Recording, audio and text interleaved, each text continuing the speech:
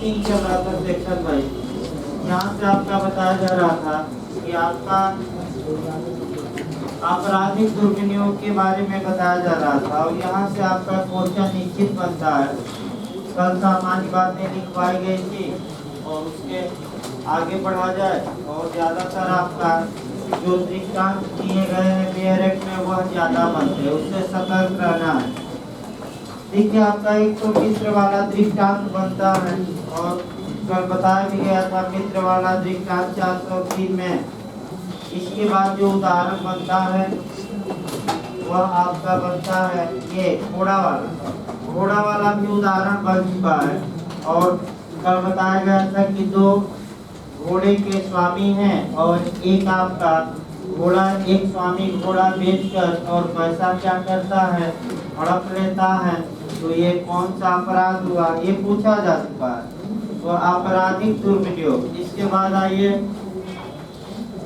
अगला जो आपका देखना है कि अगर कुछ समय के लिए दुर्विनियोग किया गया है, मिसयूज संपत्ति का किया गया है, तभी उसे आपराधिक दुर्विनियोग माना जाए। जैसे कि आपका ए ने बी का 100 रुपया पाया और 100 रुपया पे जाकर मिठाई खरीद कर खा लिया और इरादा ये था कि बाद में हम 100 रुपया अपने पास से इनको दे देंगे। तो भले ही कुछ समय के लिए उन्होंने क्या किया, दुर्विनियोग किया, ये अपराध माना जाएगा। और चोरी में भी आपको बताया गया था कि अगर कुछ समय के लिए ये संपत्ति हटाई गई है तब भी क्या माना जाएगा, चोरी। जैसे कि इसमें उदाहरण पूछा जाता है फाइल वाला। एक क्लर्क था और वह काम का किया कि अपने ऑफिस से एक दिन के लिए फाइल गायब किया और उस फाइल का फोटो स्टेट करा कर या जो भी मिसयूज करके और फिर फाइल दूसरे दिन ला कर रख दिया। तो क्लर्क को फाइल की चोरी के लिए दंडित किया गया। क्यों? क्योंकि कुछ समय के लिए आपका बेईमानी का आशय चोरी माना जाए। इसके बाद आपका जो स्पष्टीकरण 2 है, यहीं से आपका फिर समस्यात्मक क्वेश्चन बनता है और पड़ा हुआ माल पाने वाला। यानी कि अगर कोई व्यक्ति पड़ा माल पाता है तो अब वह कल बताया गया था डिटेल में, हल्का सा 2 मिनट चला जाए। अगर गुड फाइंडर, ये क्वेश्चन यहाँ से यूपीजे और यूपीएपीओ में बन चुका है। गुड फाइंडर या पड़ा हुआ माल पाता है तो क्या करेगा, तो उसका कर्तव्य है कि वह युक्त साधन अपनाकर और युक्त समय तक स्वामी को खोजे। और अगर वह बिना स्वामी को खोजे उसका मिसयूज करता है, दुर्विनियोग करता है, तो वह आपराधिक दुर्विनियोग के लिए दंड का भागी होगा। और इसी में 2 शब्द पकड़ना है, कल भी बताया गया, फिर आज बताया जा रहा है। और एक और पॉइंट इसमें बता दिया जाए, किसी पड़ी हुई चल संपत्ति को केवल उठाने से कोई व्यक्ति कोई अपराध नहीं करता। तो यहाँ जो समस्या बनती है 2 बनती है। देखिए, एक देखता है कि एक थैली गिरी हुई है और उस थैली को उठा लेता है, तो मात्र उठा लेने से ए ने कोई अपराध नहीं किया। दूसरा उदाहरण, ये देखता है कि थैली गिरी है और उस थैली को अपने लिए उठा लेता है, तो ये जो शब्द स्वयं के लिए है, अपने लिए, इसका मतलब ये हुआ कि वह अपने प्रयोग के लिए वह थैली उठाया है। तो ऐसी दशा में वह किस धारा का अपराध कर बैठा है, 403 का आपराधिक दुर्विनियोग। पहले और कोई उदाहरण न पड़े, लेकिन ये 2 उदाहरण मैं बता दूं, आपका रट्टा होना चाहिए। फिर एक बार इसको मैं बता रहा हूँ। केवल पड़ा हुआ सामान उठा लेने मात्र से कोई व्यक्ति कोई अपराध नहीं करता, लेकिन कब करता है, जब वह उसका मिसयूज कर दे तब वह अपराध करता है, या बिना मालिक को खोजे यूज कर ले। जैसे कि यहाँ शब्द क्या आया है, अपने लिए। तो अपने लिए मतलब कि अब मिसयूज किया है अपने लिए, तो वह आपराधिक दुर्विनियोग का अपराध किया। इस प्रकार 403 भी आपका जो क्वेश्चन बन सकता है समाप्त हो गया। अब आइए 404, यहाँ से भी आपका इधर आ जाए जगह 404 से क्वेश्चन बनता है और 404 से भी काफी अच्छा क्वेश्चन बनता है। 3 लोग बैठे हुए 404 से भी काफी मैं बता दूं अच्छा क्वेश्चन बनता है। झारखंड में भी बना है, एपीओ में और तमाम राज्यों में ये क्वेश्चन बना है। अगर कोई व्यक्ति मृत है और उसके पास कोई चल संपत्ति है तो पहला नियम ये जानना है कि मृत व्यक्ति किसी संपत्ति पर कब्जा नहीं रखता।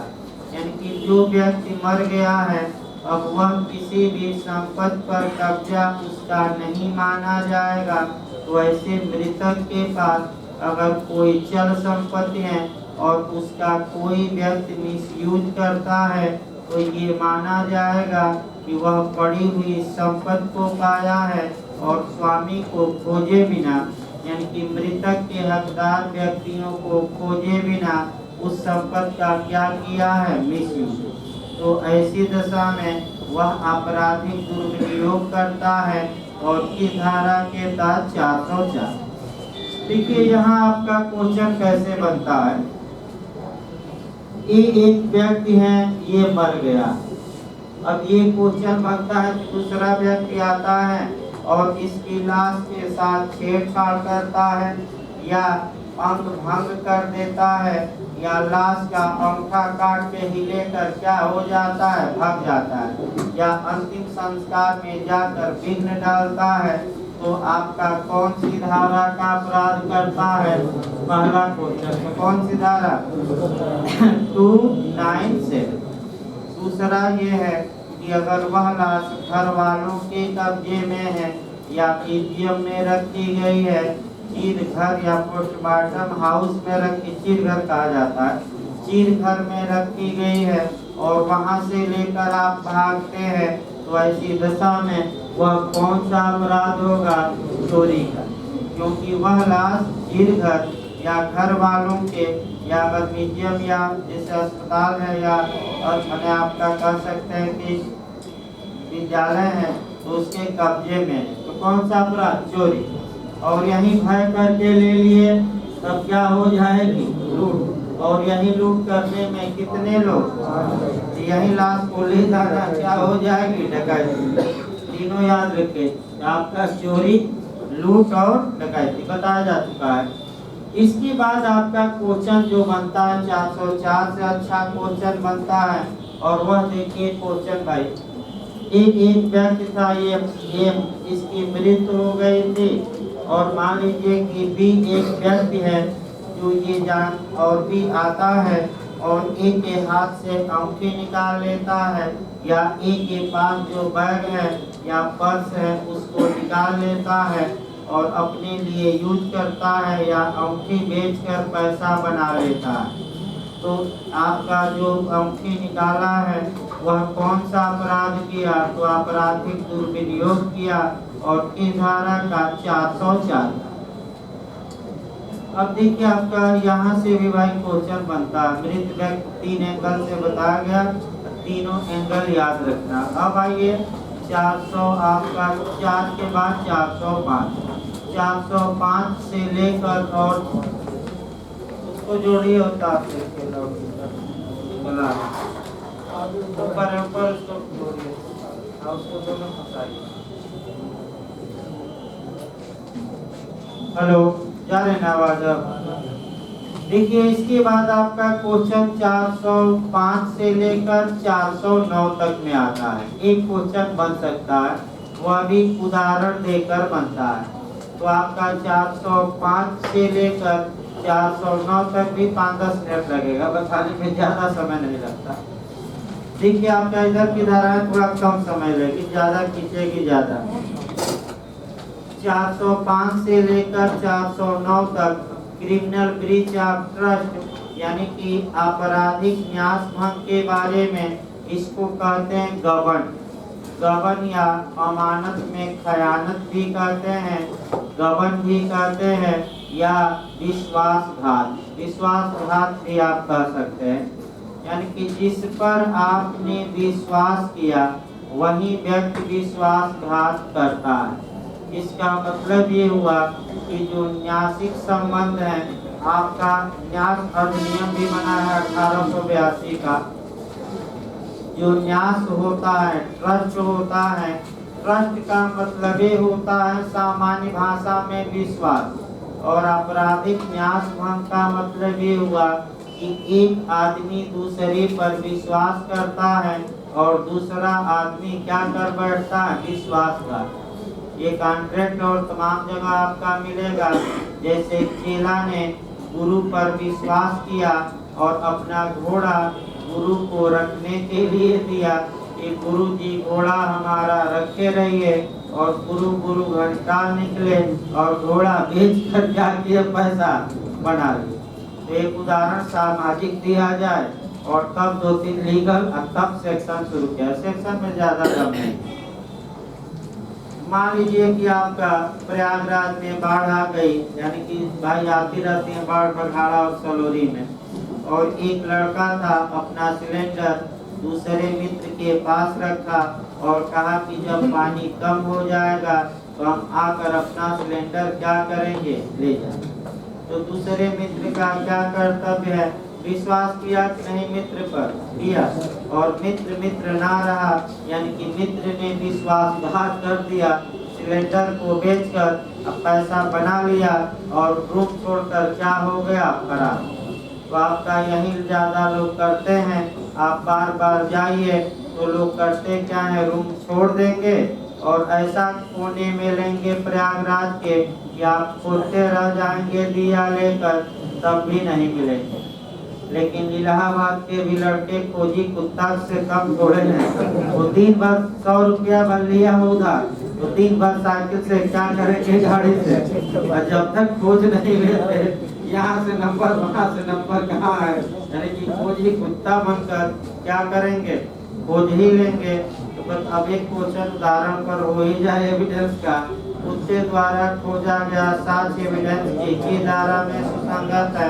9 में कैसा साक्ष्य होगा, वैज्ञानिक केस क्या है, अब्दुल रज़ाक। वही एक उदाहरण दिया जाए तो हम, यानी कि मित्र ना रहा, यानी कि दूसरे मित्र ने क्या कर दिया, विश्वासघात। यानी कि अब आगे बढ़ा जाए इसमें, जिस व्यक्ति पर जितना ज्यादा विश्वास होगा दंड की मात्रा उतना ही अधिक होगा। जैसे कि सबसे ज्यादा विश्वास हम लोग बैंक पर करते हैं इत्यादि पर, तो बैंक वाले अगर हमारा पैसा मिसयूज कर लिए तो उसके लिए सजा ज्यादा है, अधिकतम आजीवन कारावास। यानी कि इसका मतलब ये हुआ कि जितना अधिक विश्वास माने मजबूत होगा, अगर वह व्यक्ति विश्वासघात करता है तो ऐसी दशा में जो दंड की मात्रा है वह मात्रा थोड़ा क्या होगी, बढ़ जाएगी। अब बेयर एक्ट की जो भाषा है वो देखा जाए। आपका बेयर एक्ट भाई पूरा पढ़ना नहीं है यहाँ।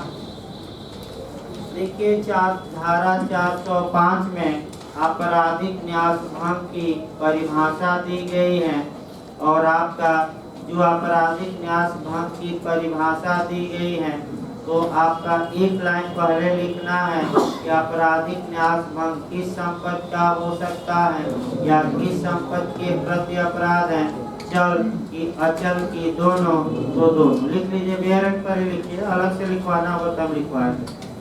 जो काम बेयर एक्ट से निकल सकता है वो बेयर एक्ट पर भी आप लिख सकते हैं। क्रिमिनल ब्रीच ऑफ ट्रस्ट किस प्रॉपर्टी के विरुद्ध अपराध है, तो आपका अंत में हम सारे एक जगह एकत्र करवाएंगे, अभी चलते रहने दीजिए। तो चल और अचल दोनों, पहला क्वेश्चन।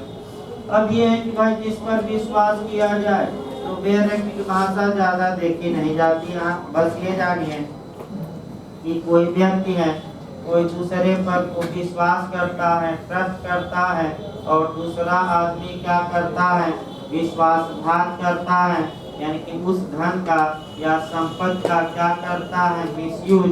तो ये अपराध कौन सा अपराध होगा, क्रिमिनल ब्रीच ऑफ ट्रस्ट। जैसे कि 2-3 उदाहरण देखिए। आप बीमा कंपनी को पैसा दिए और बीमा कंपनी उसका मिसयूज कर दी, तब भी ब्रीच ऑफ ट्रस्ट हुआ।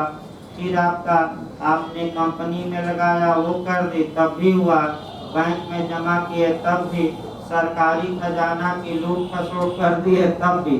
सबसे ज्यादा तो सरकार का होता है कि प्रधान जी पर विश्वास किया गया कि ये नाली बनवाएंगे और प्रधान जी क्या किए, खुद का ही नाली बनवा लिए। तो जैसे ही प्रधानी का चुनाव जीते आपका 4 व्हीलर तो दरवाजे पर क्या हो जाएगी। तो अब कहाँ से आ गया, यानी कि प्रधान जी ने कौन सा अपराध किया होगा।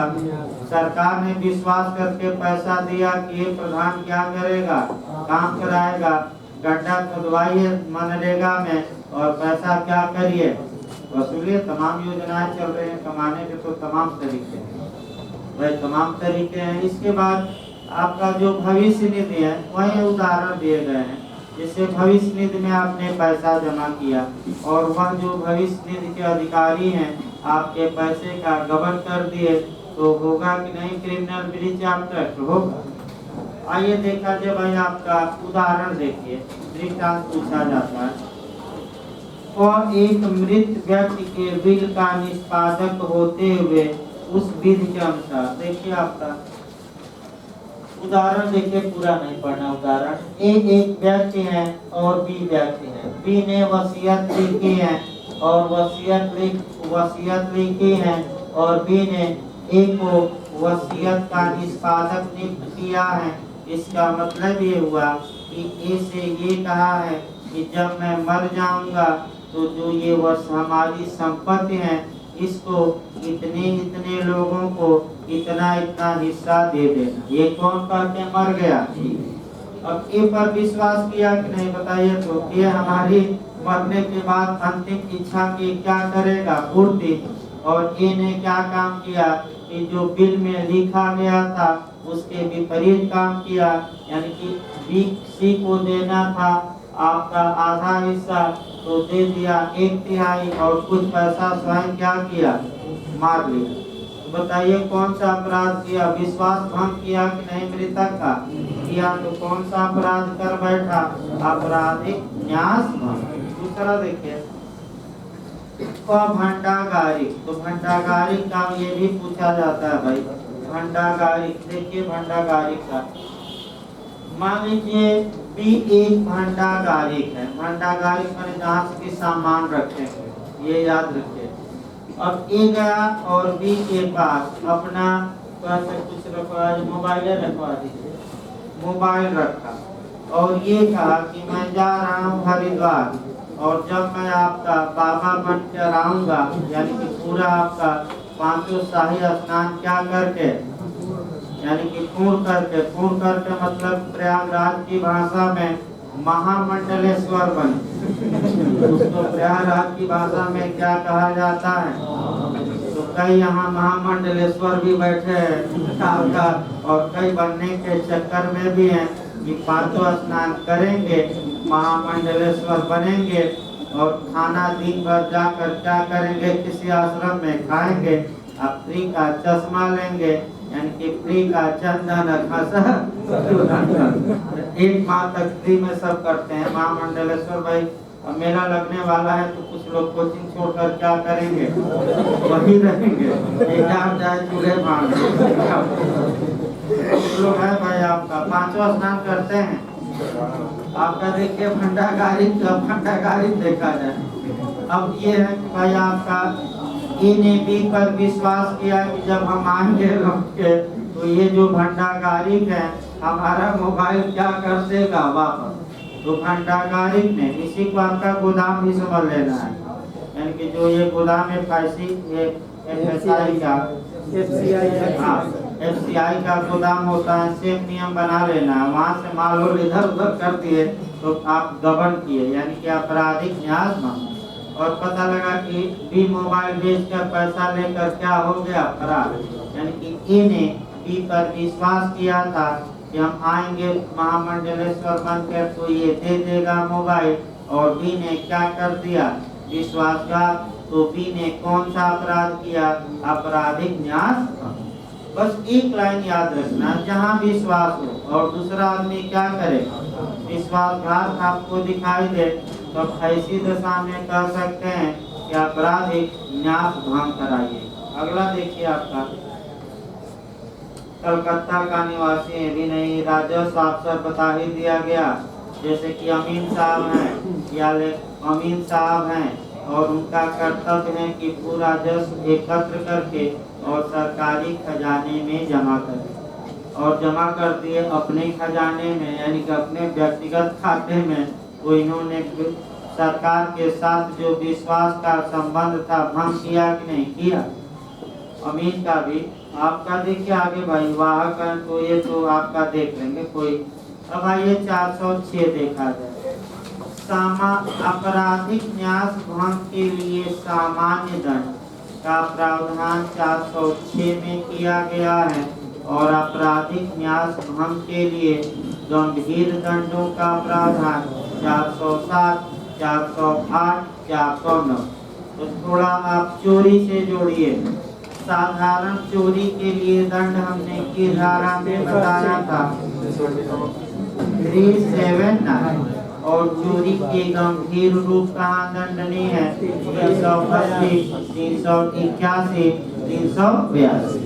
उसी प्रकार सेम धारा चलिए आपराधिक न्यास भंग के लिए साधारण दंड की धारा में 406 में और आपराधिक न्यास भंग के गंभीर रूप की धारा में 407, 408, 409।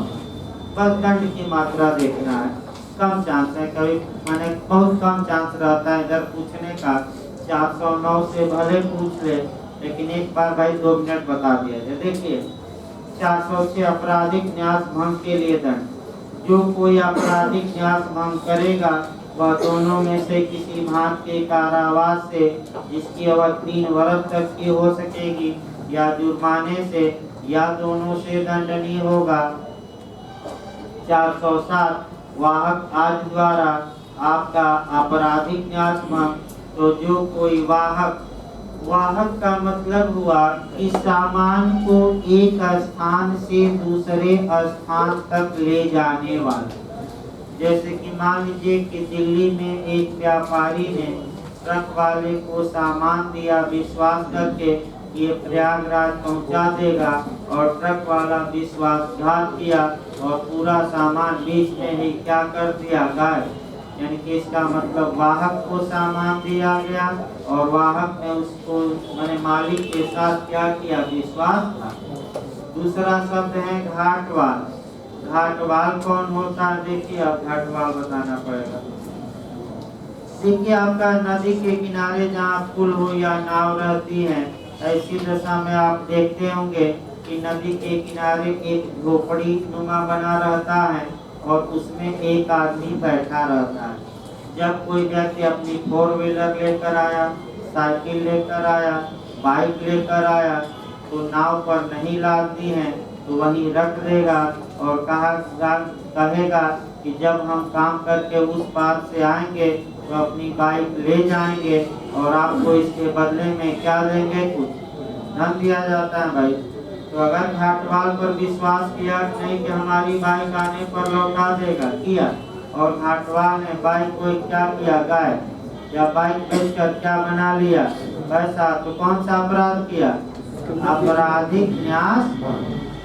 अगला देखिए भंडागारी का बता ही दिया गया। यानी कि अगर ये वाहक घाटवाल और भंडागारिक विश्वास भंग करते हैं तो 407 धारा लागू होगी और दंड की मात्रा थोड़ी बहुत अब बढ़ेगी क्योंकि ये जो प्रावधान है ये आपराधिक न्यास भंग के कैसे प्रावधान है देखिए। तो दंड कितना होगा 7 वर्ष तक का कारावास और जुर्माना।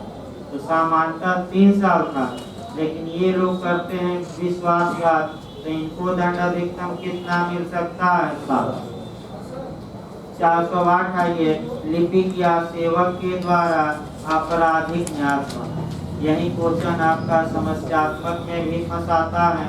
लिपिक या सेवक द्वारा अगर मालिक ने लिपिक या सेवक को संपत्ति न्यस्त की है और सेवक या लिपिक यानी कि सर्वेंट या क्लर्क उस संपत्ति का मिसयूज करता है तो ऐसी दशा में कौन सा सेक्शन अप्लाई होगा 400। बताइए सेवक और लिपिक पर थोड़ा विश्वास ज्यादा है कि नहीं है? तो विश्वास ज्यादा है तो दंड की मात्रा भी ज्यादा होगी, 7 वर्ष तक का कारावास और जुर्माना। अब यहाँ से जो समस्यात्मक क्वेश्चन एक उठता है, और मैं 2-3 दिन से इसको बता रहा हूँ, फिर एक बार मैं बता रहा हूँ, ये समस्यात्मक क्वेश्चन भाई गलत न हो। और ये क्वेश्चन यूपी में बना चुका है, झारखंड के तमाम राज्य में। फिर एक बार इस समस्या को देखिए, भले अलग से लिख लीजिए, सही रहेगा। देखिए आपका समस्या कैसे बनती है। ए एक मालिक है और बी लिपिक है, क्लर्क है या सेवक है, नौकर है, जो भी है। और ए बी को एक प्लेट देख रेख के लिए न्यस्त करता है। एक तो ये समस्या है, और दूसरी समस्या इसी में एक शब्द जुड़ा जाएगा, और प्लेट न्यस्त करता है, और देख रेख जो शब्द है वह बिल्कुल क्या कर सकता है, गाली। यही पॉइंट पकड़ना है, और यही लोग गलत करके आते हैं। देखिए आप आए हैं तो इसलिए आए हैं भाई कुछ टेक्निकल क्वेश्चन सर बताएंगे जो पढ़ते समय दिमाग में नहीं आते, और एक दूसरे से कोरिलेट करके पढ़ना है। अब आप लोग बताइए, तो अगर ए अपने क्लर्क बी को कोई प्लेट देख रेख के लिए न्यस्त करता है, और बी उस प्लेट का मिसयूज कर लेता है, या तो लेकर भाग गया या बेच कर क्या बना लिया,